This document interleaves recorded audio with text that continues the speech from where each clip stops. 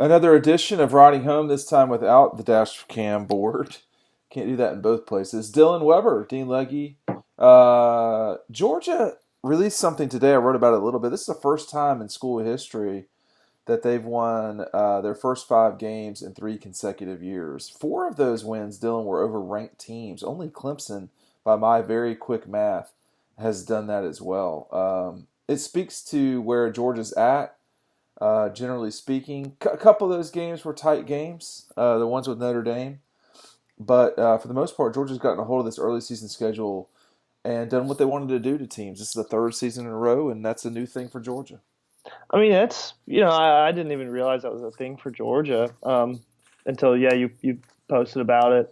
Um, but it also just speaks to how quickly they set a tone in the season. I Maybe. mean, they just dominate early, and that really does make a difference. For how the rest of the season goes, obviously, because you just get into a winning role. Well, and they're not the teams they've played have not been unbelievable, but I mean, like if you look back at some of what the other teams played, I mean, Alabama has only done it twice in their 2 of their first 5 wins these 3 years have been over ranked teams. One of those was Florida State, who just has fallen And that apart was just since. that was a Yeah. fake. That was Well, and there were some other fakes. I don't think we have to go through everything. Clemson has 4, but you look at those and like I think Louisville was one of them, and Louisville was a disaster that year. They went 3-9 or whatever it was. But the point is that for the and Carolina last year for Georgia fell apart as the season went on. But a ranked team at the time is a ranked team at the time, and the part for me that I don't want to say I can't get over, but the part to me that I think gives me confidence that Georgia will move forward in a way that they're not. I would find it hard to believe that they have a Clemson like, shit on the toilet moment like they have had with North Carolina, Clemson. Because go if you want to interject. I know, I agree. But continue. What were you saying? Well, the reason why is because you sit there and you watch them, Georgia.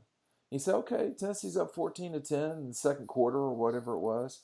Like no one seemed concerned in any way because they knew the death march was coming because they know that as long as a hammer is hitting a nail, that nail is eventually going to go down one way or the other. It might go down to the side, but it is going down. Yeah, that's actually a pretty good analogy for it. Yeah, I don't think I never thought Georgia was going to lose that game, No. um, because and Kirby says this every single time.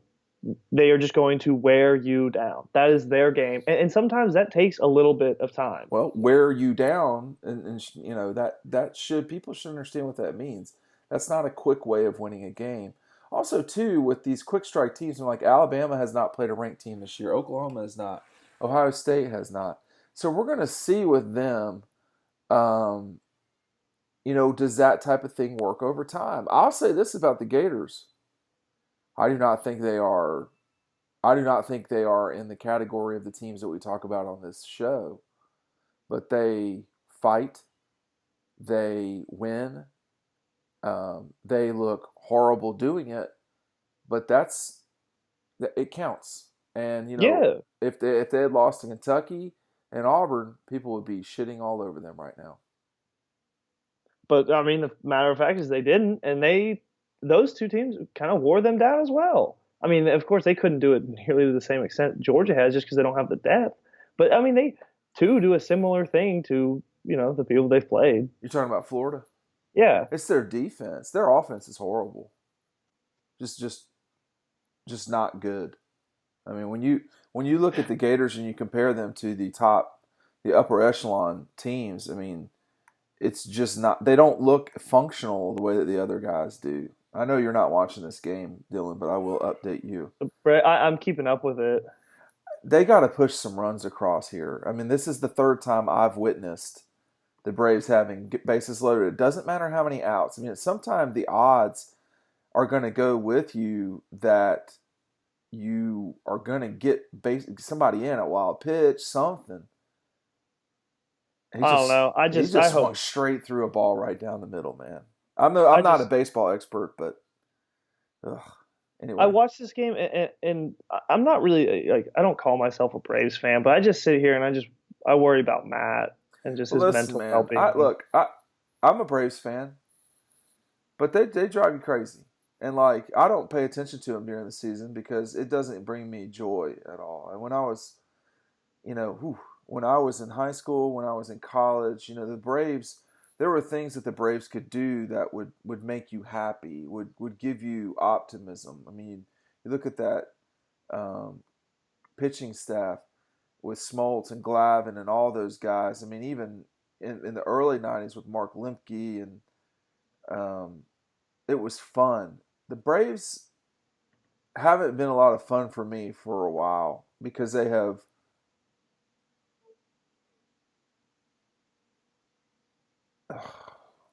I thought he hit a grand slam just for a second there. Just for a second, I thought he hit a grand slam. They're gonna have to dig this out here at the end, man. They're up 4-3 going into the top of the seventh. Miller thought he almost threw a grand slam pitch for a second there. Yeah, but the Braves, man, they'll rip your heart out. They don't rip your heart out. They like it's depressing the way that they've lost over these 2 decades. And then for me personally, moving out of Turner Field was a disgusting move on a lot of levels. And I don't think it's the time or place for me to discuss that here. But and the way Cobb County and Cobb County, which has never been impressive to me as a person who grew up in DeKalb County, they're just a like total opposite of what we were. It felt like for them to just grovel on the ground and say, "Oh yes, we will pay for your stadium." I mean, that's the one thing. And I know this is not a political podcast. It is not a political show. But having worked in municipal governments and having dealt with sports, that's the sports franchises should always pay for their own stadiums, period. And that they left Turner Field with it being in such good condition. I don't care how nice the new facility is. That just It that's getting. I'm gonna have a long time getting over that one. and Turner Field has kind of I haven't seen it since I guess they've fully redone it, Mm-hmm. Georgia State Stadium now. But when we went a couple of years ago, I mean it was shitty. You thought so? I did not like it. Oh, when you went with me to Georgia State, Yeah, yeah. I never Well, got to go beforehand. I mean, it wasn't even drinking age when they, got rid of it, and it was a wonderful facility. It was a very nice baseball field. As a football facility, you know, not great. I mean, But why do people still like baseball? Football should not be played in baseball stadiums. Like Oakland, like come on, what's going on? well, They've been Oakland. doing it. So Oakland. The reverse of what I've said is, municipalities do have to invest in their future, and in Oakland's case, they have a stadium that certainly is from the '70s. They've never kept it up. They've never really required the A's to keep it up. And when you look at the Raiders, that is the reason the Raiders are leaving town. But municipal stadiums, multiple use stadiums were a fad forever. And then, as I recall, now, if anyone wants to correct me, they can. I used to study stadiums a lot. But Camden Yards really changed the math for certainly baseball stadiums. And once you had Camden Yards, that really changed everything. In Atlanta, and someone can if someone wants to have the reverse conversation of this with me and try to claim that this like the equivalent of the reverse conversation here is saying that civil rights that the Civil War is about states' rights. Okay, the same thing in Atlanta as it relates to the Dome and Turner Field. Those all came because of the Olympics. Those weren't coming anyway. All the jibber jabber that you might want to have about that, they were coming in. I mean, those happened because of the Olympics. A lot of things happened because of the Olympics. And the Olympics may have sped them up, but that was the driving force of a lot of change in our state. It made our state much nicer that we had the Olympics. I mean, Sanford Stadium saw the Olympics. I mean, it was That's still I was that's at that nuts to game. me. It was wild when they beat China. That whole thing is nuts to me, and I didn't really know about that until a year ago. I saw the pictures of it, and that is really cool. And the show out that they had there. It's a tight game. I think it went into extra time or PKs. It's not as famous as the Rose Bowl Brady Chastain game, but it was the precursor to that. And you know, for Georgia to host, and it made sense, by the way, for Georgia to host that. I mean, Georgia Tech was just swamped with things, and they couldn't host, you know, soccer at Bobby Dodd. I don't know what was at Bobby Dodd, but it wasn't soccer. And that was a magical time, not just in Atlanta, I mean, but in Athens too, because you know to have the Olympics there was a big deal. They also had forms of gymnastics. It was not the big deal. All that stuff was in the dome. The dream team, the second dream team, gymnastics. Those were two huge things that were both at the dome. And you know now the dome's gone, which was senseless. And Mercedes Benz is very nice. Don't get me wrong, But but the Falcons can't even fill it. well, they didn't exactly fill the dome either. But all these things get back to, I mean, like, by the way, what if you're Tennessee, which, you know, Neyland is way bigger than the dome. Whoa. And what if you can't fill it up? I mean, do you ever at Tennessee consider making it smaller? Well, I feel like that's part of its aura though. Like Neyland Stadium, more than 100,000. But yes, but Texas A&M has that now. Alabama has that now. LSU has that now. You know, it was just in the But past. Tennessee does not have much going for it. Is the I thing. got to tell you, I came back. I know I've talked about this a lot. I came back from that trip far more pessimistic about Tennessee's future than I have been in a long time. And I am concerned about that place in a way that most people would not be because I want things to work the way that they should work. And one way things should work is that Tennessee should not have losing records consistently, and they are right now.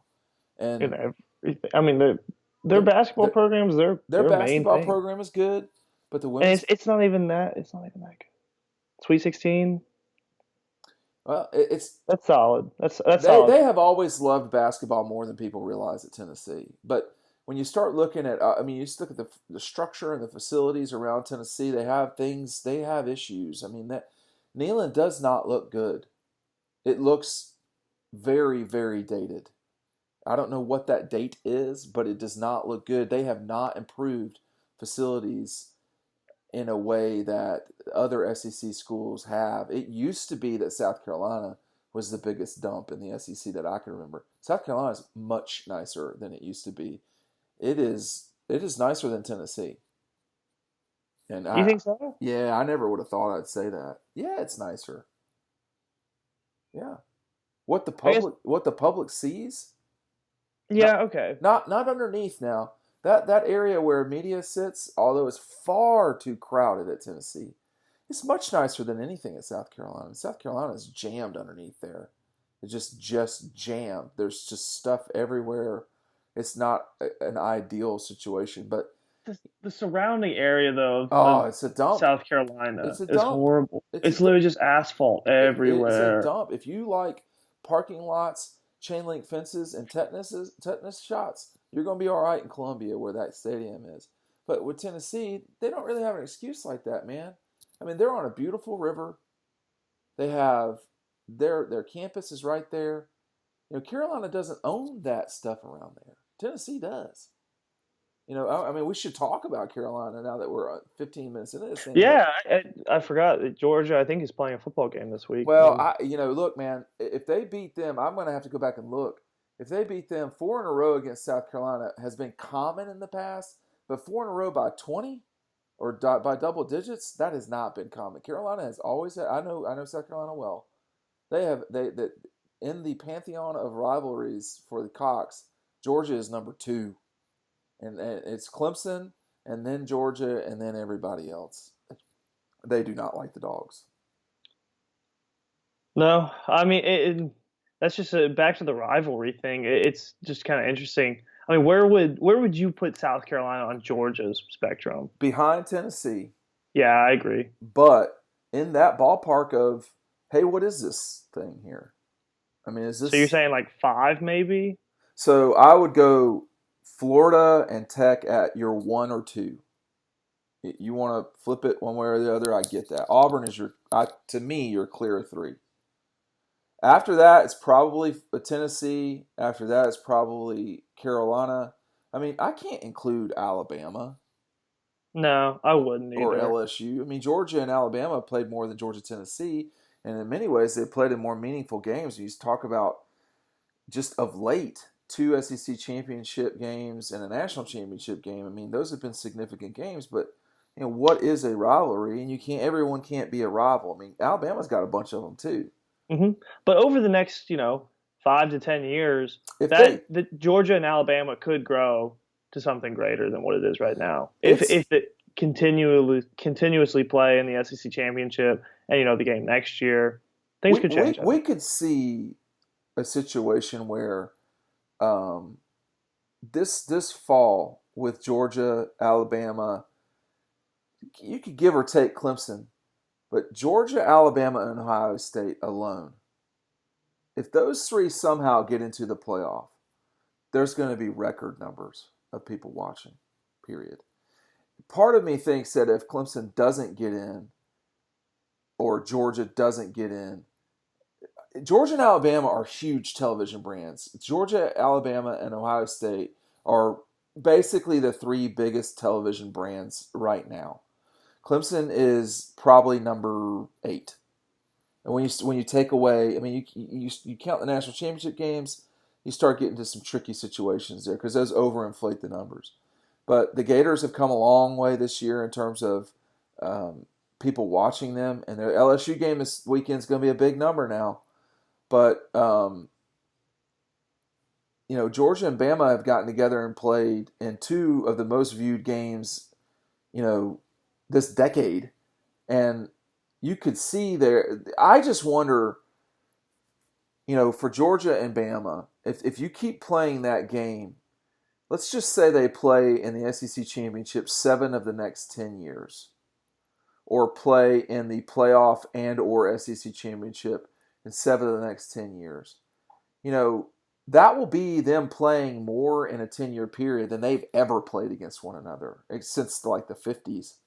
So in our conscious of memory, if that's the right phrase, we've just not seen these two teams play very often, and it would make that game a different type of rivalry, I guess, if you want to call it that. It would be like a rivalry of an era, I would say. I don't know if it Correct. would make. Yeah, And that's it's really what Clemson and Georgia have. agreed. They have the early to middle 1980s, and that's it. Other than that, Georgia's basically kicked their ass. So And yeah, and I mean, it's kind of like how NBA rivalries work. I mean, I'm gonna let you there's go really. here. I'm gonna let you do your thing. Well, I'm just saying, it's like in the NBA, like rivalries are not like besides Lakers Celtics, and I mean even then, like it's more defined these rivalries by the era that they played in. They have several good games, several good series for a few years, and then Yeah, but will those teams. Georgia and Bama really do that for the next 10 years? I I don't think know about Georgia. 10 years, but Yeah, 3 to 5, I would definitely say. yeah, yeah. And these things are all moments in time. I mean, I don't know that Texas has ever developed that with anyone else. Alabama and Penn State had definitely what you would call a rivalry to some degree. Alabama Notre Dame and even Alabama USC. So there's these things pop up, but it's what's kind of sad at the end of the day really is that of all the crossover rivalries in the SEC, when you start talking about Auburn, Tennessee, uh, Georgia, Auburn, LSU, Florida, Tennessee. We've never had a Tennessee Alabama SEC championship game. Never had it. We've never had the Gators. We've had the Gators and Auburn once, and that was a rivalry forever. We've only had Auburn, Georgia once. Georgia Auburn is not Georgia Bama, excuse me, is not a traditional SEC rivalry. They just haven't ever played really. But that would be nice, and we just don't get it. We get Georgia LSU, Florida Bama, which they didn't play one another a lot for a long time. That was the game of the '90s in the SEC, whether you start talking at the beginning or the end, and that game always mattered. Um, but I do, we'll talk about Carolina a little bit more tomorrow. They got such a challenge in this game, and Will Muschamp goes Yeah, on I guess Tuesday. that's the thing for these past few weeks. It's just like we talk about these games, and I don't know. We just kind of repeat the same thing. I feel I like. do. I do think I was thinking about this on the sideline. I think you and I have got to beware of being too dismissive of the other team. Now, I think Agreed. I think we did that with Tennessee too much. Now, Probably, yeah. you don't think so? No, no, I agree. I mean, because I thought Tennessee played a lot better than I thought they would. And yet they weren't even in the ballpark of being in the game. These next two games are at home, and I think that will be challenging for Carolina and Kentucky. I don't see either of these two teams sticking with Georgia. I do not. No, Maybe I won't. I won't dismiss Florida. I won't dismiss no, Auburn. no. I think Florida can beat LSU down there. I Agreed. I I think that's do. possible. I think that's going to be them playing their best game of the season. But And LSU would have to play a bad game as well. but But I mean, dude, we have been through this before, man. I mean, LSU is not steady on defense. They are not. yeah. I mean, They they gave played. up 31 to Vanderbilt. They did on offense. They played their best defensive game against Utah State, who has a legit quarterback. But I mean, this is about can Florida, that Florida defense is good. It's one of the best ones in the league. Can that Florida defense do what it needs to do to keep them in the game? And can LSU not make mistakes at bad times? Because sometimes with quarterbacks who are sort of gunslingers, and that's what Joe Burrow has become. Yeah. Do you make a mistake when you're not supposed to, and can the Gators take advantage of it? I think that 14 and a half points is way too high. I also think that Florida definitely has a chance to win that game. I wouldn't take them, Florida, but I think so too. All right, It just, yeah. I'm sorry. Let's wrap up riding home. Go to dawgpost.com, dawgpost.com. Thanks for listening to us. We'll see you over on the website.